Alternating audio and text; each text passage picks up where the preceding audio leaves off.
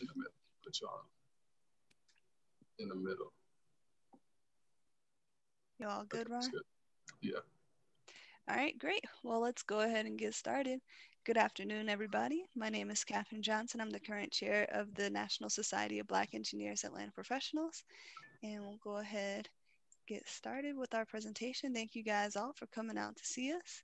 This is Stressed. Get it off your chest. Speak from the heart.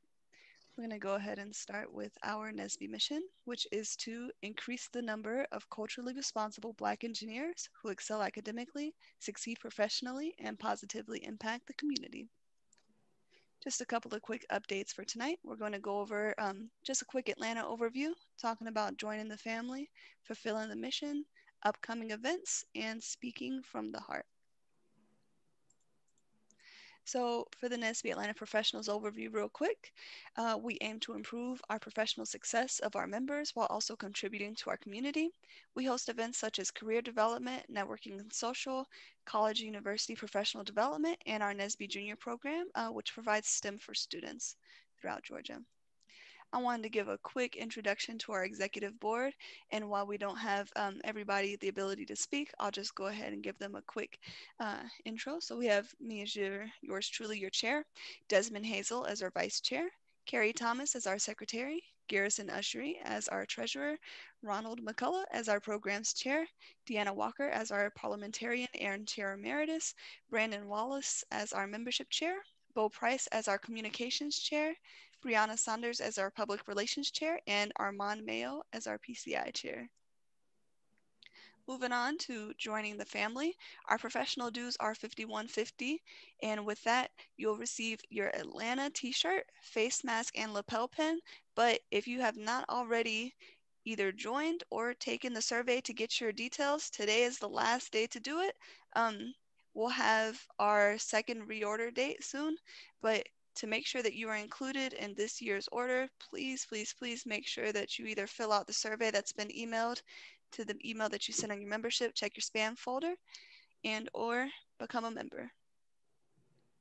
For fulfilling the mission, we do have a couple of open exec board positions. We have a college initiative chair, logistics chair, pre-college initiative chair, parliamentarian, professional development chair, and 2 delegate positions in which delegates vote on behalf of our board. And if you're interested in joining any committees, we do have our telecommunications/PR, finance, membership, logistics, pre-college initiative, college initiative, and professional development committees. Feel free to drop a comment or send an email if you're interested in joining any of them. On to a couple of quick upcoming events. We have events from 3 areas, Nationals, Region 3, and Atlanta upcoming events. So go ahead and get ready to take any screen captures or make any notes. We have 2 for professionals and actually a couple adding on to that. So we have a few save the dates for Leadership Lanes and Excellence and Membership webinar series. On November 18th, we have Demystifying the NSBE Leadership Application. On December 9th, Can I Get a Witness? Board Leadership Testimonials. March 4th, we have Meeting the 2021-2022 Candidates. And on March 28th, You Won! What happens next? Additional, we also have the Sunday Chairs Chat that's upcoming on November 15th. Our title is Beyond Elections 2020. What's next for the Black voter? We have special guests, Dr. Joy Spraggins and Patricia Williamson. It's hosted by Camila Majid. She's our PMP. That happens 5 p.m. sharp EST. We'll be sending out those information tidbits soon, but you can also follow them at Nesby Pros on Instagram and get more details there. Go ahead and take your screen captures in 3, 2, 1. All right, great. Let's move on to our Region 3 event. It's called Focus, coming up on Wednesday, November 18th, 2020, from 4 p.m. to 6 p.m., hosted by a couple of our fraternities and sororities from HBCUs, and it's a virtual college fair series. So we've got a good amount of colleges and universities coming through. Please make sure to register on the tinyurl.com/HBCUfocus1118 so that you can go ahead and get those informations. But pretty good. Find out more about local HBCUs in your area. Even if you've already gone through college or you're currently in it, it doesn't hurt to learn more. Go ahead and take your screen capture in 5, 4, 3, 2, and 1. And lastly, for the Atlanta professionals, we have the fallback. So since we recently had a daylight savings change, we are going to fall back with just a quick social and trivia. We're also going to have some prizes for you guys so you can win a couple of things. That'll be Thursday, November 19th at 7 p.m. And the event is live, so feel free to hop on at nesbatlpro.eventbrite.com. Go ahead and take that screen capture in 5, 4, 3, 2, 1. All right, I'm going to pass it over to Ronald McCullough. He'll be our moderator for tonight, and he'll be helping out with introducing our panelists. All right, how's everyone doing? My name is Ronald McCullough. I work as a college professor at Atlanta Technical College, as well as an administrator and director of the Healthcare Opportunities Program at Atlanta Metropolitan State College. I also serve as the Atlanta Professionals Programs Chair in the National Society of Black Engineers, as well as the Partnership Chair for the Healthcare Innovation Special Interest Group of National Society of Black Engineers as well. And it is my pleasure, to have this beautiful panel. And I know that these are some tough times for a lot of people and very stressful times for a lot of people, including myself. So I'm here for the knowledge as well, but I'm going to actually introduce the panelists now. One second. Oh, okay, excellent. So our first panelist is Dr. Christopher Bass, originally from Washington, D.C. He credits with influencing him and his ideas related to ethnocentric research and study. Dr. Bass grew up in the late 1980s, witnessing the crack epidemic firsthand. He introduced to the field of psychology in his middle school years, and he saw as a field or an avenue to reach and impact the minds of inner city youth and communities. As a first-generation college student, he now has psychology degrees from both Clark Atlanta University, the first one he got in 1992, also the University of Wisconsin in 1995 and 2000. After earning his doctorate, he began a series of academic appointments and clinical practice along the Eastern United States. And as an avid scholar, he has published numerous articles, book chapters, and books investigating the effects of specific culturally relevant treatment options on active and reactive conduct disorder and varying personality disorders. Clinically, he has served in a variety of posts as the clinical director at a residential treatment facility for the adjudicated adolescent males, psychologist for the city of Atlanta, and senior psychological partner at the Bass Medical and Psychological Consultants Firm, LLC. He also has held faculty positions on the campuses of Hampton University, University of Georgia, Walden University, Oglethorpe University, Morehouse College, and Clark Atlanta University. And he was my professor. Hey, Dr. Bass. We also have Mrs. Rosalina, the director of NSBE Public Policy.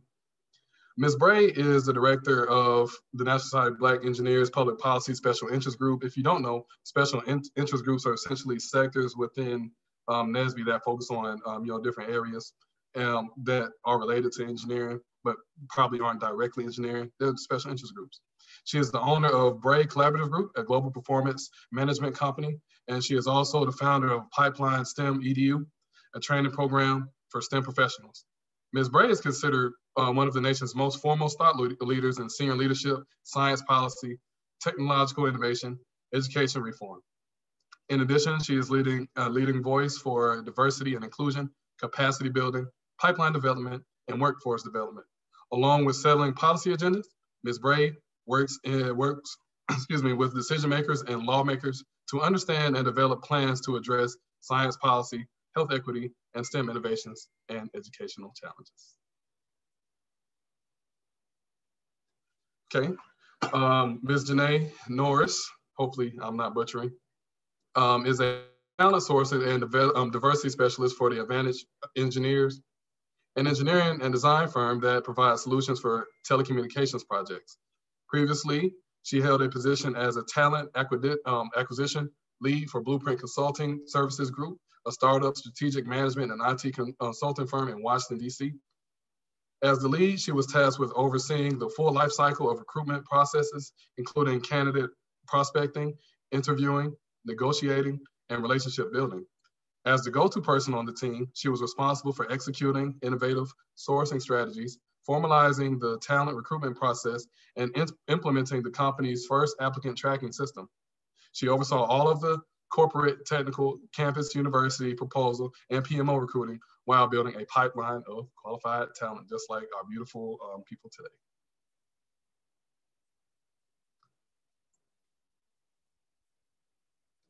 All right. So now with the introductions out of the way, we are going to formally begin our panel. And I have a list of questions for our panelists.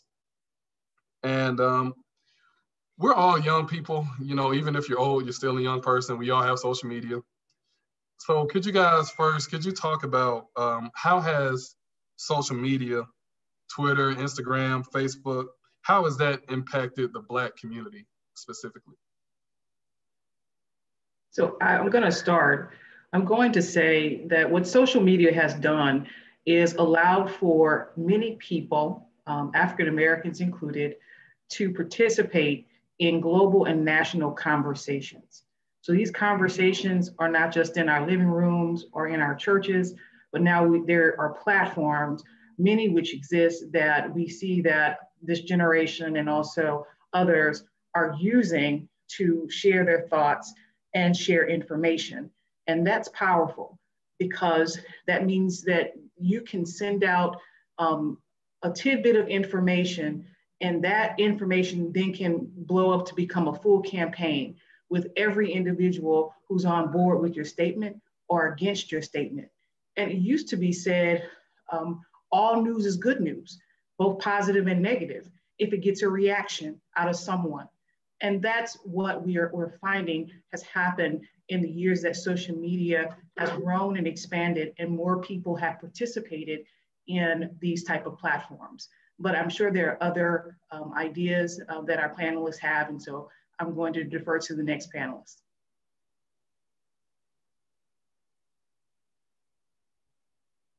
Okay, Dr. Bass. Okay, I was gonna defer, but I mean, Ms. Bray, you said everything that I wanted to say. You know, from a global standpoint, I believe you're 100% correct. From a microcosm or micro standpoint, I'd like to just hit on just one piece. You know, way back in the 60s, there was a song that came out by Jill Scott Heron. And for those of you who know the song, you know, he said that the revolution wouldn't be televised. And there's so many things that we've seen out here, you know, since that time with the advent of social media, that is good, is positive, and it's also detrimental to the Black community. From a micro standpoint, I want to say that as it pertains to social media, I've seen a decline in group ideology. And what I mean by that is that now what I'm seeing is that, you know, young people are defining themselves by what they see on social media, you know, in terms of identity formation, in terms of how I feel about myself, self-esteem, self-concept, even self-efficacy is now, you know, can be undermined by the advent of social media. So it has hurt the Black community. It's also helped the Black community, to Ms. Bray's point, in that it made us more connected. So now I can connect to people all over the country and then all over the world. But my concern from again, a very specific, minute point is that if we continue to allow other people to define us, even those people way out, we'll never get an opportunity to define ourselves. So as grandma used to say, people will call you a myriad of things, and it's not what they call you, but it's what you answer to. So my concern is that we're answering to all types of things that we never answered to before. Panelist Norris? Well, you both have made some great points, so I will keep mine short. I think that I totally agree. I think that social media has definitely both improved and harmed our community. But I also think that with social media, especially with the Black community, with the young community, with the Black community, we put out too much information sometimes. I think that people utilize Facebook. I personally am not a fan of it. Every time I go in there, I see some of the craziest posts, and I'm like, why am I still on this application at all? But I think that people put out too much information at times. I think that because there's this influx of information that we're constantly seeing, and they talk about the bystander effect. I think that social media completely plays into that. You have it. Recently, they put out information about the young man in Louisiana who basically was mutilated. He was hung, very, very similar to what happened to Emmett Till. And people are literally putting this out, just pictures of his body on social media. And because we've been so used to doing so, in a sense, we've almost been conditioned to just look at pain, to look at issues within our community. It doesn't bother us as much. And I think it's been problematic in that sense. Of course, to touch on Miss Braid's point, and Dr. Braid's point is, yeah, of course, we've been able to connect with one another. It's great in that sense, but in another, it's made us so used to accepting trauma and seeing trauma every day within our community and just retweeting about it. That's it. Let's tweet about it. Let's complain on Twitter. Let's complain on Facebook. Let's complain on Instagram. But what are we actually doing? What work or effort are we putting into to have some type of tangible result? And I think that's kind of where social media lies within our community. I see that the theme here is that it is positives and it is negatives, as it is with everything. And to your point, panelist Norris, as an Instagram, Twitter user, myself, we are becoming less and less, conditioned to reacting to pain. And just this entire summer, I've seen so many things. Even before, the first one really was this year was Ahmaud Arbery's death. That was all over social media when he got shot. And then George Floyd, and it became almost weekly. And I made the huge mistake of, I watch everything. I've seen, every time I see a post about police killing a Black person or something like that, because I want to be well informed about, the specifics of what happened. I even watched the entire Breonna Taylor, cop cams and things of that nature. And so what it does is, I thought I was being tough and wanting this information, but eventually I watched so much of it. And then recently I saw just one more, and I literally had an emotional breakdown, because all that pain, and then, it's just going to be that straw that broke the camel's back. Exactly. So it is good to have information, but I think we need to also find our personal, how much we can take personally. Even being like an activist and working with other activists and things of that nature, sometimes you ask someone, wow, did you see that? And they're like, no, I couldn't even watch it, because they know, their limits. And speaking of activism, that's going to transition us right into our next question. What is a common misconception? Keyword is misconception about, that people have about racism, and how would you describe systemic racism or systematic racism? Because, they're different things. And we will start with where we left off last time with panelist Norris. How can I even start this? I think the biggest misconception with racism is that it's a thing of the past. During when Obama was elected in 2008, you had this influx of people like, yes, we're such a progressive society. We've elected our first Black president. Everyone was excited. They thought that he was going to be the savior for our people, which is unrealistic. It brought out, and at that time, he was being attacked for nothing other than his ethnicity, his race. Let's be honest, that's what it was. And it showed, and then even when Trump was elected in 2016, it further just showed how nasty our country is, and our country's constant battle with being honest about our past, about our nasty past. We like to gloat to the rest of the world that America is the land of the free, right? The land, the land of opportunities and whatnot. And you have all of these immigrants that are coming into this country with this idea of how this country is structured. And then of course, us being here, you know, have been here generations, centuries upon, well, not centuries, decades, long enough. We kind of know what's going on. There's this parallel. It's like we're living in a parallel world. One group chooses not to see racism. They act as if it doesn't exist. And I think that's the biggest misconception, that we are a progressive nation when we are not. Let's be honest, it doesn't even matter that Biden just won and Kamala, I mean, it matters, of course, because we don't want Trump to be in there because he's very similar to Mussolini and Stalin and even Hitler, if we'd like to go that far. But it's just it's a symbol, but it's us not wanting to admit our disgusting past. It's us not wanting to come to terms with the fact that every piece of our society is racist. Everything about it. Even down to getting a loan for your house, being a first-time home buyer, credit, being in a system where we have to, or we feel as if we have to change who we are, or we have to use, if your name is too ethnic, you need to use your middle name, which may be a little bit easier to pronounce, or you want to make sure that when you're having a conversation with someone, you don't sound as if you're too intimidating. You know, we code switch. And even working with others who they try to group us into being POCs, and I'm very against the term. There's Black, there's POCs. We are not the same. That's just, it is what it is. And that's something I have to deal with in my place of work. I had to literally tell a hiring manager that he was very biased. He doesn't want to call me and talk to me now, but you know, it is what it is. It's part of my job.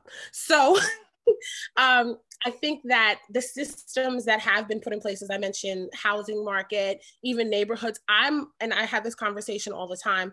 I live in an area in Maryland where it is predominantly Black, right? But the demographics are changing. They're building a hospital literally across the street from where I live. I have seen other ethnicities in my building that were not here a year ago when I moved. And this area is going to look totally different in the next 5 years.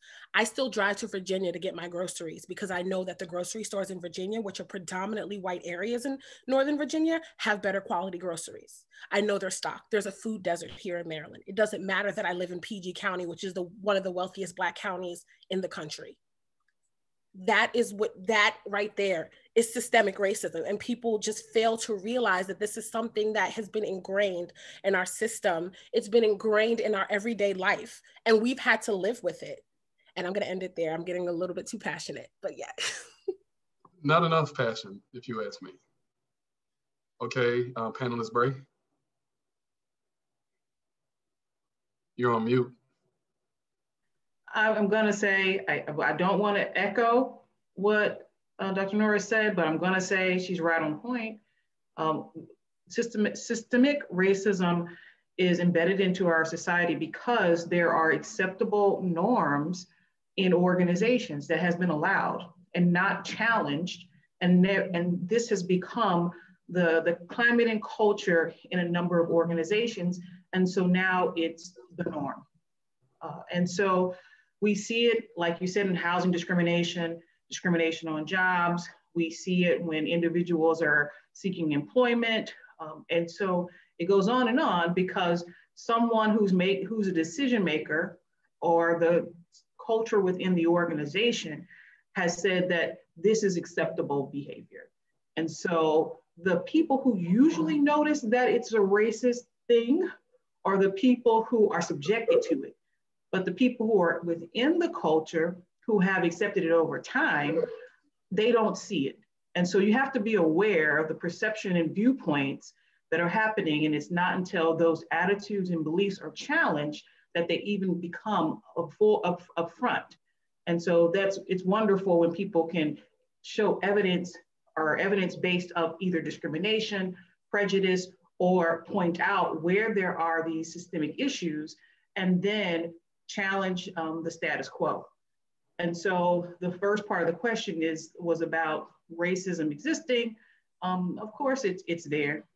And until individuals who are in certain positions or either power being power or powerless, whatever position you are in, challenge the system, then you won't see change happen. All right, panelist Bass. Excellent. I mean, you know, the panelists have spoken volumes, and Ms. Norris or Dr. Norris, you talked about your passion. Oh my gosh, I was sitting up here, I don't know if you noticed, but I was like, yeah. And exactly, and panelist Bray, Dr. Bray, when you spoke, you all, what can I say? In terms of the concept of racism, there's two pieces, and they're gonna sound a little contradictory if you don't listen really closely. The first thing that I would say is that one of the biggest misconceptions is that everyone can be racist. That's number one. That's a misconception. African Americans don't have the power in this country to be racist. We don't. And this concept has been debated all the way back to 1906 with W.B. Du Bois, when he talked about the whole notion of systemic racism. Although it was coined in the 1960s, he began that conversation back in 1906. So number one, African Americans cannot be racist. Number two, when we are met with racism, the biggest thing that we don't understand is that we tend to internalize racism. And therefore, when we internalize racism, then we tend to take or use the ideas that have been taught to us about us, and we put it on our brothers and our sisters.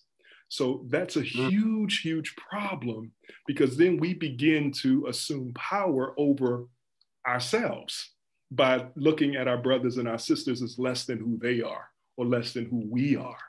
So number one, African Americans cannot be racist. Number two, we have a big problem with internalized racism that continues all the way back from then, all the way to now. And I'm sad to say that my fear or concern is that based on what I'm seeing when I turn on social media, we're starting to see what Joy DeGroy or Dr. Joy DeGroy talked about when she came up with the idea of post-traumatic slave syndrome.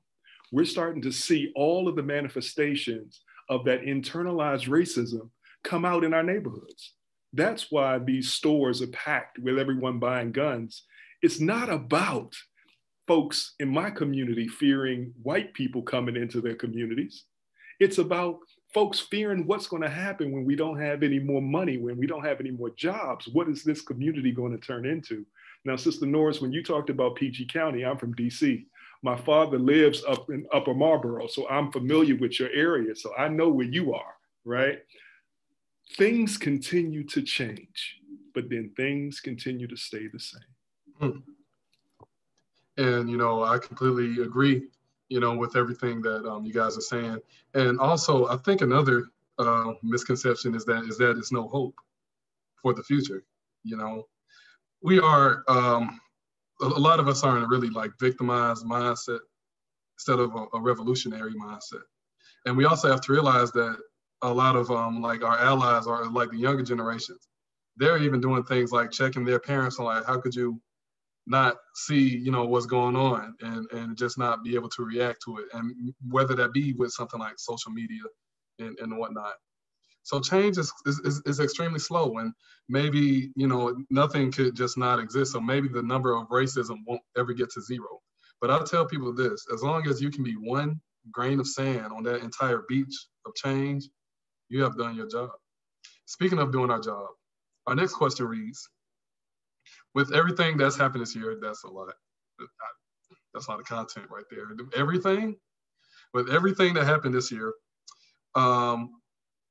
including, you know, the global pandemic, the election, the protests, all those things in SARS and Nigeria. How do you protect your peace? And really get into, you know, things like mental health and things of that nature, because when I was out on the streets protesting, I still am, by the way, I was in a very bad place mentally. And I suffered from a lot of anxiety.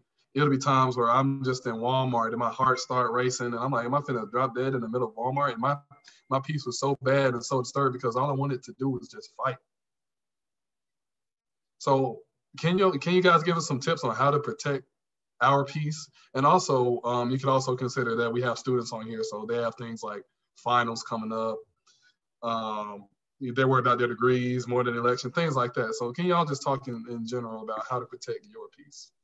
Can I jump out first on this one, if the other panelists don't mind? When it comes to peace, the first thing that you said, the first thing that needs to be said is establishing a peace before you maintain a peace. So establishing where your peaceful center is. It's a whole lot of reaction out here. And to your point, Professor McCullough, you said that there's so many things going on, from the elections to the protests to on and on and on and on to the murders that happen in our society and with our people. The first thing you need to do is establish your peace. Understand the difference between happiness and joy. So many times when we think about happiness and joy, we get it all confused. Happiness is based on happenings, and therefore we will always be in a pursuit of happiness because happiness is not consistent. But joy, on the other hand, can run parallel with the concept that you're asking us about. Joy is within. That's finding and maintaining, understanding my peace. And therefore, if I'm in a peaceful place, nobody can jump on that. Nobody can mess with my joy because my joy is inside. Happiness and the distractions confuse us. And then now we're all off on another social media site. But understand where your joy comes from. Some people will say, and this will be the last thing that I say for this question, some people say that joy is really related to gratitude. And when you talk about peace and when you talk about joy, joy and peace are related to gratitude, which takes us on a different plane, okay? So that plane goes this way. Happiness is a plane going this way, all right? So if we're always this way, we'll never get anywhere. But if we're going this way, then we know whose we are, we know where we're going, and it all starts with grounding. How was that for passion, Ms. Norris? That was a word. That was a word. Dr. Bray, you want to go next? Because I know you unmuted yours. I unmuted because I think that, Dr. Bass, I think you said something that sparked something else in me. And that was not peace, right? I think that one of the issues, I also work for the National Institutes of Health. And so as we look at our communities, we know that we have problems with chronic disease and also a lot of acute disease and also accidents and incidents. Accidents, suicide, et cetera. It goes on and on. Right now, African Americans are 13% of the population, and our numbers are decreasing.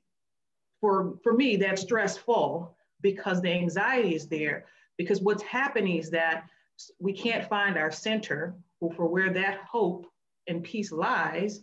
And part of that comes from being able to breathe, which is why the Mr. Floyd situation hurt so painfully.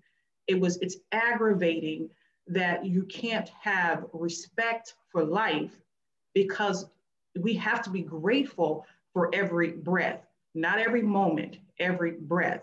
And what's taken away from our community is the opportunity to breathe stress-free so that their bodies can interpret the world and its challenges and how it's supposed to react in a normal, typical fight or flight reaction so that you can go on to survive, propagate, dominate, and be a success in your life.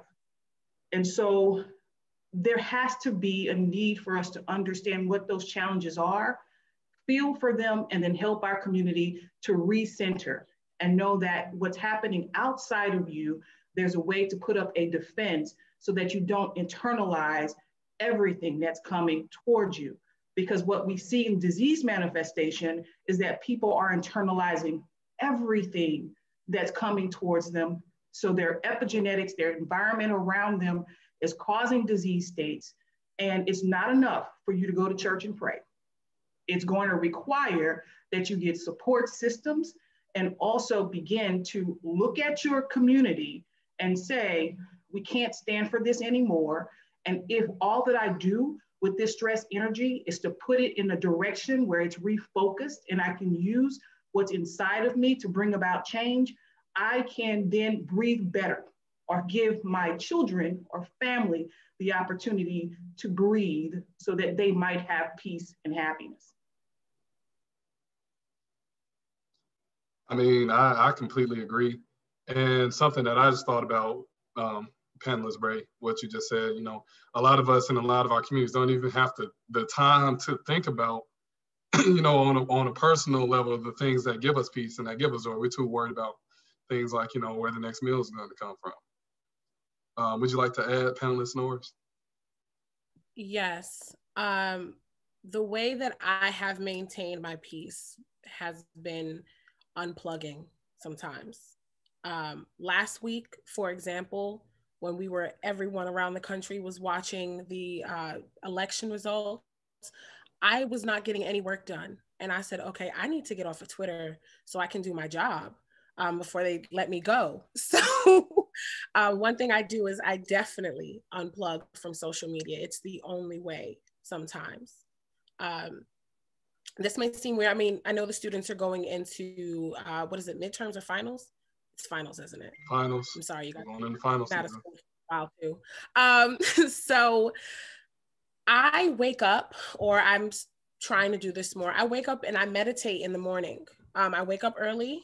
I try to meditate for at least 30 minutes, play some calming music. I drink tea as soon as fall hits. I'm that person that drinks tea every single day.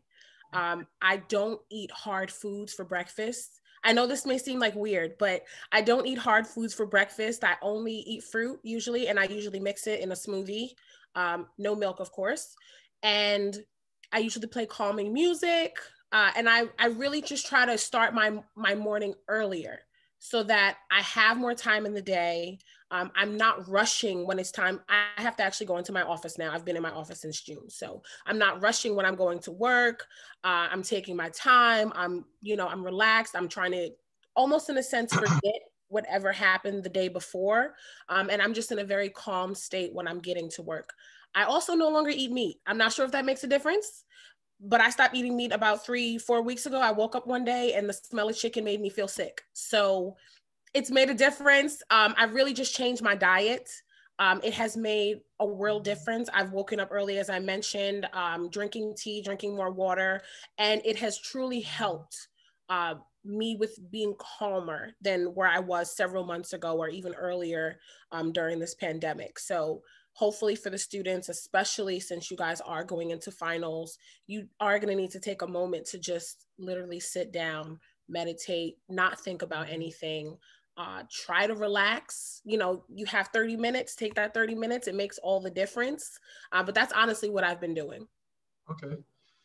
I mean, your diet has a direct effect on your mental health. Yes. It's too bad I can't give up meat because I like Popeyes too much. Oh gosh, Rano. Go ahead, take that away. I'm sorry. Well, someone said removing animal products. No, I still. No, I'm sorry. Whoa. No, Janae, we're on a good route. We can just keep it there. I was like, I definitely eat seafood. I have no issue with seafood. You can't make me give up. You can't make me give up salmon. You can't make me give up Popeyes. I give up everything else. I know it's just, but that gets into, it's just a lot of your eating habits. It has a lot to do how, you were raised. And, my parents were on the go all the time. So I had to eat a lot of fast food and that kind of, got into my adulthood. So, it's a lot of different things going into that. Panelist Bass, you were going to say something? Yeah, I was just going to say, don't forget about your own resilience. And I speak to not only the screen that I'm looking at, but also to the students who may be watching. We're going to get them involved. Oh yeah, you've been through some things before. And while the thing that you're going through right now may not look like what you've been through, you have been through something. And if you understand that you've been through something, then we have to talk about the resiliency that you have and our people have. We can't forget about that. So if I would say anything else related to that question, don't forget about your own resilience and your own power. I agree. My method for coping with stress. If I have a lot of stress on me, if I'm in the car, I just blast my music. I just scream. I just scream really loud, like whatever song that I know. If I know all the words, and that's a really good release for me. Maybe students, maybe y'all should try that.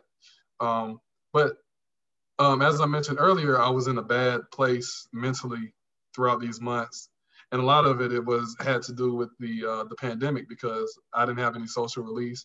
I lived by myself, and I couldn't go outside. It's just me and my pet turtle. And over that time, my pet turtle became my emotional support animal or something. But I couldn't go outside, so I couldn't go in the car and blast music, and do what? So I tried to do things like go into nature and all these things. But see, even that didn't last because of the length of time where we stuck inside. So my mental health really degraded during the pandemic. And so that brings us to our next question. With the global pandemic, what are some examples that you can use your voice and be active? Whatever that means to you, whatever active means to you. As a professional, I'm going to open up the floor to our professionals that we have here after the panelists, and also to the students. You can unmute yourself. Just tell us, how do you use your voice? Because that's something that the higher ups have given us, was a voice to speak and to be active. So how do you be active, whatever that means to you? How do you use your voice during the pandemic when you have a mask covering your mouth? How do you still use your voice? And the panelists can begin, but this is an open question. Looks like Dr. Bray was about to say something. I've been using my voice 24/7 because anyone asking for, do you know anything about how do we get past this? What comes next? What's post-COVID? What's happening currently with COVID?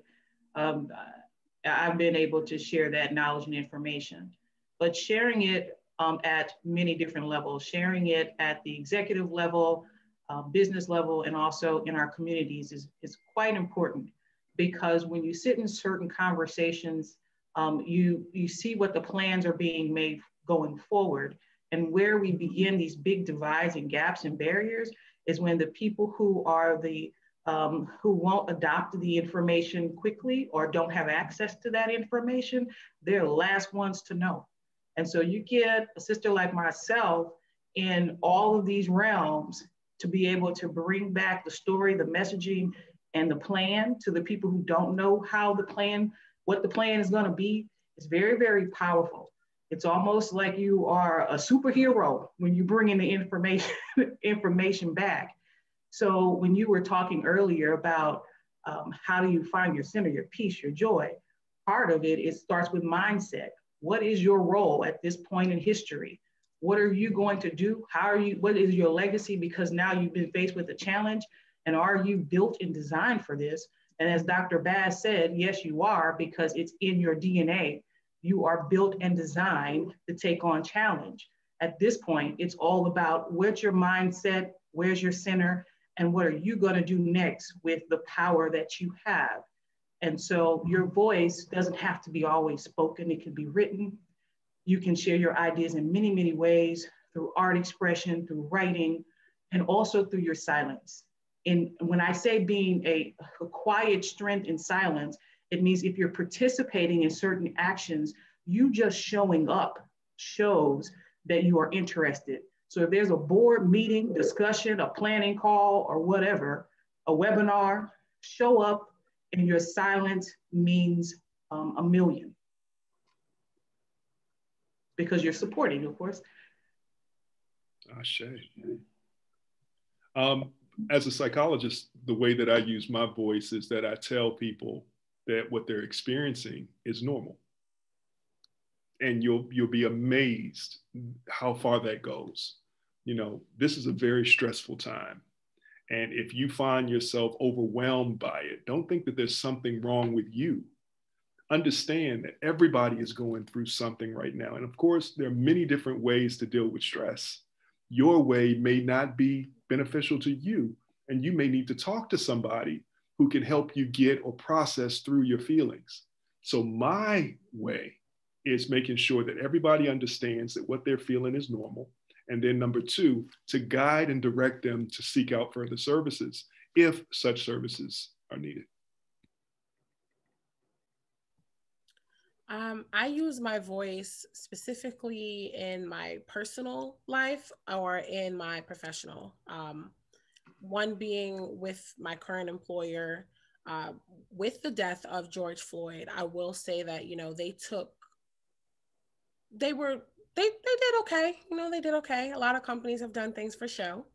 But, you know, we've had a conversation, or I had a conversation with the CEO, and they wanted to be more intentional in the conversations that we were having and the training that we were having, and doing an assessment of the culture of where we were at. So I thought that impact, at least where I'm at now, and using my voice there, has been like what I've been doing for the most part. In my personal life, I am in no way, shape, or form a professional psychologist at all, but I just listen to people. Sometimes people just need a moment to vent. They need a listening ear. And I have been that listening ear to a whole bunch of strangers that I don't know. I don't even know their names. But if they've come to me and they need someone to listen, it is okay. I'm here for them. I understand. This is a very interesting time that we're living in. We've continually witnessed death. We're in the middle of a global health pandemic. There are protests that have been going on every day. They're not televising them, of course, anymore, but they're still going on. And so many people have lost their jobs. So at this time, I've literally just been a listening ear. I don't want to say I've said a lot, but as far as the information that I know, and I know, you know, panelist Bray has touched on this a bit, providing information that someone may not have had access to prior to. And that's what I do. I provide information for people just because I'm like, it's not fair that, you know, we have two different starting points. And that's kind of how I've been contributing at this moment. I know a lot of people still are interested in kind of moving in a certain direction within their career, and they don't necessarily know. So I just give the information that maybe another person would charge $500+ for, but I'm like, why would you charge someone that's not working or doesn't have the money to do it? It makes no sense. So I just literally give all that information for free, and I'm never going to charge for it. So that's honestly what I've been doing now. You know what, that's really great. And you're right, you know, it's still a lot of protests and everything, you know, that are still going on.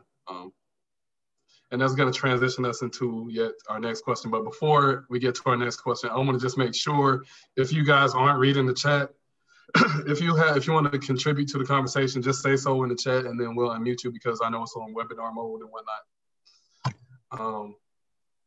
So if you would, or if you want to say something, just type in the chat that you would like to speak. So I'll give y'all just a couple seconds.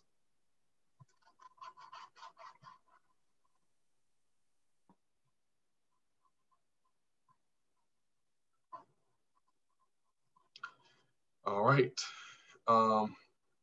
So our next question gets into something that right before the call that I told Dr. Bass. I had to talk to a student today that just got accepted to the program. I'm not gonna say any names, but she's actually on this call. That was accepted into the program that I direct at Atlanta Metropolitan State College, and she told me that she was going through a lot of negative, you know, and clap it up for her, by the way. Clap it up. She was accepted to the Health Career Opportunities Program. And she was telling me that so much stuff was going left in her life, you know, but she told me that's something that resonated with me. She said, this is the first time that my past did not dictate my future. And that was so powerful to me, because I took getting accepted to things, you know, for granted. You know, I applied to be on the e-board for this, I got it. I applied to be on the e-board for that, I got it. I applied to this college, I got it. Applied to a PhD program, I got it. You know, and I'm not saying I've never been rejected to anything, but I did get to a point where I was complacent by getting just something simple like getting an acceptance. And what I did in that moment, I thought I was just sending an email, because they said, you know what, just send all the acceptance emails. Okay, boom, boom, boom, copy, paste into the box. And I sent, you know, the acceptance letters. But that was just an experience where it felt so good, because I had a direct and positive impact on someone's life. So panelists, I would like for you guys to speak power into this chat by telling them at least one time that you directly impacted someone's life. And Dr. Bass, you can't use me as an example because he was one of the first people I met in my collegiate experience. And, you know, he saw me throughout my whole matriculation. So I'm grateful to you know, to have you as a panelist, man. That's the tables have turned, you know. But I want you guys to give an example of a positive impact that you had in somebody's life. And students, please comment. Students and professionals, this is open, you know. So we'll start with panelist Bray. Well, I'm going to say that because of the life path that I've chosen, I'm always looking to and seeking to make an impact wherever I am and whatever I'm doing, because I know that my presence in an environment is going to create change. So, but I do know that in my career with working with young people in high schools as a high school teacher, because I taught chemistry and physics, I also taught nursing students physiology and also molecular biology. In those roles, I've seen where individuals have needed the most support because they're leaving family and then now trying to set out on a life path and start setting goals for the first time, many of them, which I really do think that people should start a university a lot earlier than 18. But anyway, but what I've found is that because of our society, we've looked at people being meritorious or individuals seeking certain career destinations, that decides or determines who you are and what you will be. And that can be so far from the truth because I found a lot of people who I've worked with who have not had a lot of challenges, but pursued educational exploits have had character flaws. And so working with individuals who have had, you know, character issues, right? I've had to put down very specific boundaries and rules for them to challenge them to think about ethics and integrity over status and prestige, and then begin to center themselves around foundational core values that are going to not only strengthen who they are as a person, but also help them to help other people in the future. And so from those positions, because now I'm not talking to a little child, I'm talking to an adult who is expected to be the person who, you know, moves the society forward into wherever we're going to be going when we'll all be living on Mars and somewhere else in the galaxy. You know, how are we then are we going to transfer this same behavior when we're moving into other parts of the Milky Way? Or are we going to try to get it right here on Earth? And then what is that going to require? So the impact that I'm making is making sure that the principles, standards, and boundaries that I'm setting for myself, that for every team, group, or people who interact with me, that my standard is there and it doesn't get any lower. And then everybody comes up and we all raise the bar. And then you also set a higher bar even for myself. I think that's a huge advantage of working in academia. You know, you can literally see the direct result of, you know, your actions in work. Panelist Bass, would you like to contribute? Well, I mean, Professor McCullough, you sort of stopped me. You cut me off at my knees because I was going to use you. But since I can't, you can see it in my eyes. It's funny how things flip over. But since I can't use you, I'll just quickly talk about something. If you want to. No. You already cut me off at my knees now. So I'll deal with you later. When it comes to one of the most powerful moments of my life, it happened about 10 years ago, actually. Me and a group of my, you know, colleagues and people, I belong to a myriad of different groups, but we went to an elementary school And when I went to the elementary school, they turned on, you know, some hip hop music. And I noticed that the elementary school, I see you over there, Dr. Bray. I noticed that the little kids, you know, we're talking about 7-year-olds. Not only did they recognize the music, but they were actually singing along with the lyrics. Okay. And while the teachers at this particular elementary school said, oh, yeah, look at them dance, look at them go, I noticed that, you know, how were these 7-year-olds, especially the little girls, talking about or calling themselves certain, you know, words that were in the lyric? I stood up and I told the DJ to turn the music off, and everybody's like, boo, boo, who is that dude? Bad man, kick him out of the school and all of that. So I was the bad man right in that moment. But something amazing happened about 5 to 6 years later. I was doing a speech somewhere, and one of the little girls came up to me and she said, I remember you. You came to my school when I was like in kindergarten or something, like not kindergarten, but first or second grade. And you made the music stop. And I said, oh yeah, you're talking about a particular elementary school here in Atlanta. And she said, that changed my life. And I said, wow, tell me more. My point is this, and I believe that it was, and somebody on this thing, correct me if I'm wrong, but I believe that it was, I'm not going to call out names, but somebody said that it's easier to build strong children than to repair, you know, damaged adults. And what we do for the generation underneath us, you know, it will really grow the fruit that we really hope, you know, that our communities and our society will see and benefit from. So I'm hoping that some of those other little kids who were in that room, maybe some of the teachers in the room, may have changed something about, you know, their gravitation towards some of the negative hip hop music. All hip hop music is not negative, let me say that. But what they were listening to was really misogynistic, really over the top, rude and nasty, specifically to the Black women. I hope that my presence and me standing for something created a spark and change for that generation so that they'll do something different with their children. So if I ever made any type of change, forget about all of the professor and the college stuff, forget about the psychologist stuff. The most important moment for me was being in that elementary school cafeteria. And I pray that I made a difference.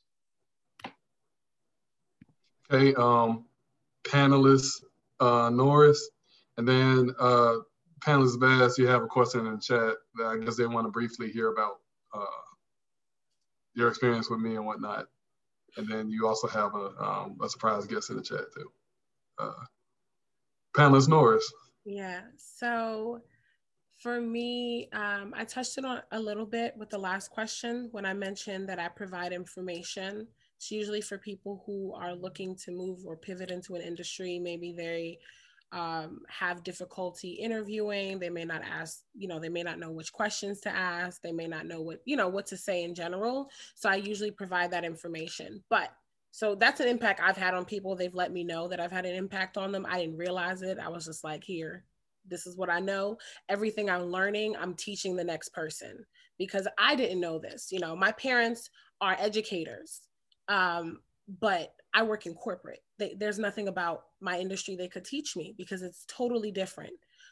Very similar in ways, but still totally different. So that's one impact I've had. And I will say that the biggest impact for me right now is my mentee. She is 16. So, you know, she's impressionable. And she is from Southeast DC. So her world, her view of this area in which we live is completely different from my view. I am what you consider a transplant. I'm not from here. I was introduced to DC from the local perspective. So I've seen both sides, and it's literally two different worlds. And it's amazing how you have all of these people in this close vicinity that are living completely different lives, but they're all here together. And for that reason, she, you know, her DC and my DC are two different DCs. So for me, you know, what I've been doing is I've brought her to different restaurants. I've done different activities with her. She's even stayed over. Like, I have a relationship with both of her parents. And her mom is even, you know, like I really love that Tequela's with you, because she's coming to me saying, Mom, you know, she's telling me this, that, and the third, or she taught me this, and I didn't even know about this, that, and the third. And I was even teaching her about how amazing the area is for young Black professionals, because she had no idea. You know, her view is, I just want to get out of here. I don't want to come back. She's like, I want to go to Florida. I'm like, oh, that's a little far, but okay. But that's the biggest impact I feel like I'm having on her. She doesn't have that many friends in general. She's very to herself, and it feels good that I am someone that has stepped into her life, and we have this amazing relationship, and I'm watching her transform before my eyes and become this young woman who, you know, she had this idea of what she wanted. She just knew she wanted to leave, but now she has she has a solid idea and kind of a plan for what her next step in her life will be. And she's further along than some of her peers in that sense, but even to the point where she got an internship doing coding this past summer. And I'm like, you're 16, that's amazing. So it's just been like a journey to watch. Thank you. It's been so nice to watch her. And I just can't wait to see, you know, how far along she goes. Hopefully, if she decides to, she's gonna leave this area. She'll go to my alma mater. I don't know. I'm an alum of the Johnson C. Smith University, by the way, in Charlotte, North Carolina. So, you know, it's just, I can't wait to see where she'll be in the next 5 to 10 years. Excellent. You know, and you really have that personal connection with her, and you can see her matriculate. Yeah. As long as we can change one person's life for the better, that means we did something good. Dr. Bass, and then we'll get into the chat questions. Okay. I'm so excited for that young lady, you know, that you get an opportunity to work with, because that young lady was me. I mean, I wasn't a young lady, but you get the point. I mean, growing up in DC and looking for some type of light. And I'm glad that you're bringing light to this young lady. Southeast needs you. Northwest needs you. You know, Northeast needs you. You know, PG County needs you. But I'm so happy for that young lady. You know, if there were more of you and more of you, I'm sure that we'll, you know, get this community in the right place. So that sort of leads me into one of the questions in the chat. And I got excited because I see William Burnett on the line, and William graduated in 2018, and really, really good brother. So I got really excited when I saw him pose this question. But his question is, what is the key for us as a community to eradicate imposter syndrome? And before I go into that, let me say that it was Frederick Douglass who did that quote that I was trying to remember the name. So make sure you remember it was Fred who said that. How do we eradicate imposter syndrome? Well, that's an individual thing. It can't be a community thing. And I say individual thing because we have to have enough self-efficacy to know what we're capable of doing. Now, there's a difference between self-efficacy and self-esteem. Self-esteem is the belief in ourselves. Self-efficacy is the belief that we can do certain things. So when I say that I have good self-efficacy, then that means I believe in what I can do. When it comes to the literature, we know that African Americans typically don't have an issue with self-esteem, but we do typically have an issue with self-efficacy depending on where we find ourselves. So there's a lot of imposter syndrome that typically comes along with that lack of self-efficacy or that lowering of self-efficacy. So you have to know who you are. You have to know what you've already done. You have to know what your support systems are. And again, like I said earlier on, and this will be the last thing I say about that, is if you've gone through something and you've been through something, you can't forget, you know, the skills that you learned about yourself during that experience. So many times what we do is we look at what's in front of us and forget what's behind us, you know, and we got to throw in the whole notion of Sankofa. In order for me to know what's in front, I got to know what's behind me. And if I know that I did something great and I survived something behind me, then my present and my future is already going forward. See what I'm saying? So maybe you will look at me and say, you know what, that Dr. Bass is so excited, and he's, magical in his thinking. It's not magical thinking. What it is a pure focus. It's a pure focus. When I got my car, I didn't see any other cars on the street like mine. But as soon as I drove off the parking lot, every single car that I saw was my exact car. Why? It wasn't that my car didn't exist in the world. It's just that it wasn't my focus. But now it becomes my focus. I'm seeing everything that I'm paying attention to, and what I pay attention to dictates my mood, and it dictates my behavior. Wow, just so much powerful information. Okay, so our last question of the night is, what is one piece of advice? And this is the classic question. What is that one piece of advice that you would have told yourself? Oof. Your past self? I definitely would have told myself that it is okay to change your mind. It is okay to deviate from the plan that you had set for your life, that life is not a straight path.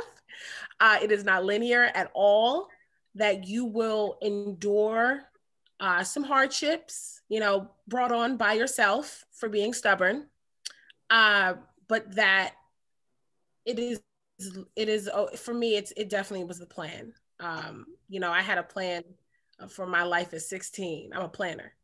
And when my life did not go as planned, I had a meltdown. So my younger self, I would definitely tell her, change is okay. Change is good.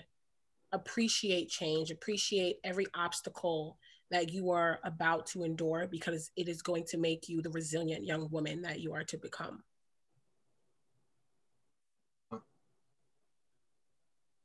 I was going to say, one of the things that I don't often share, but a lot of people know, is that I'm a performance coach, and I also coach athletes, volleyball and tennis. So we're always talking to either my clients or my teams about how to use fear as a tool to help you to understand a problem. Your mind is going to work on your behalf to come up with options. The option could be something negative that helps you to run away from something, or something positive that helps you to accept it and move on, and then pull the fruit from that. So there's always some fruit bearing that happens in a purge. When you're removing things from your life, it allows you to bear more fruit. Now, talking more scriptural now, but you want those opportunities to remove people. Poor thinking. When we talked about imposter theory, it's brought about by you believing that you lack in some area. And so the main thing is that fear can be positive if it's reinforced by positive actions, or the actions that are going to help you to not just to purge or to remove, but also to align yourself with where you need to be and what do you need to accept, so that you can continue to grow and move on. And that growth and development will happen on into your older age, and also even when you're no longer in existence, because all of us are continuing to grow and to participate in this thing we call life. Dr. Bass? If there was anything very small, I would say very, very quickly, is that there's a difference between being liked and being respected. And so many times people gravitate toward one end of the spectrum. But if you go to either one of those spectrums, you're going to lose. So if I were to tell myself anything, I would say, in my life, look for a balance between being liked and being respected. There will be opportunities that you won't always be liked. And there'll be times where you always won't be respected, okay? you have to draw a balance between, you know, being liked and being respected. Figure out where you are and figure out how you got to that particular place. Very good, very good. I guess for me, if I could go back further, I would reiterate something that I knew already, and it's something that's been coming up a lot. I would tell myself to have more respect for Black women. I would, because, you know, a lot of us go through whatever we go through, you know, in college and everything, but I've been learning a lot recently that how you think you are on yourself could really affect other people in ways that, and I'm speaking very general, in ways that you couldn't even understand. That's what I would go back and tell myself. And, you know, like I said, that's something I always knew because, you know, my parents were there for me, and, you know, they were married and set a good example, and, you know, taught me how to respect my elders and including themselves. But that's definitely something I would tell myself a lot earlier, because once you look back in the past and you see how you could have even had the potential to hurt someone in whatever type of way, you didn't step up on the plate for them, or you did them wrong, or some type of thing. That's more painful than how they could have felt in the first place. So that's what I would go back. And I know we were getting into you know, all this big general stuff, but it can be, you know, specific things. And for me, that was something that I just wanted to share. That was the last question of this evening, unless the panel has any more questions. I see you have something from Catherine, Dr. Bass. She says she wants to hear a little bit more about the experience that you had with me, and then after that we can close out. Okay, really quickly. I'm curious too. Okay, really quickly. You know, Ron, when you came to college, you were a very young man, and a lot of your inexperience came with you. So I remember you coming to my office and saying, Dr. Bass, I really want to do this and I really want to do that, but I don't know what to do with it. But you were so excited about jumping out into the world, but you were still so very fearful. So my job at that point was to really empower you and encourage you more than what your parents gave you, but from a different angle. You know, you were going to be great no matter, you know, whether I came into your life or not. You were going to be great. But my task was to prevent you from jumping out too fast and making mistakes. Okay. So again, young man, very ambitious, wanted to touch the world, wanted to do it all. But I had to hold you and say, pace yourself, Ron. You got this. You're going to be great. Just pace yourself before you got out there and burnt out. So if anything, that was the story that I was going to tell. Well, and I really appreciate that, because I see so many people just like around my age and a little bit older, that's like, why I don't have a house yet, you know? Or why haven't this happened to me yet? You know, and social media give us this false idea of where we should be in our lives. And it's okay. It's the biggest thing. I saw the craziest Twitter post today, and it was saying, what have you accomplished in 2020? It's okay if you didn't accomplish anything in 2020. You know, we have a lot of pressure on ourselves as young people, and 99.9% of it, I can't find that in the academic whatever, but I promise you 99% of it is self-inflicted.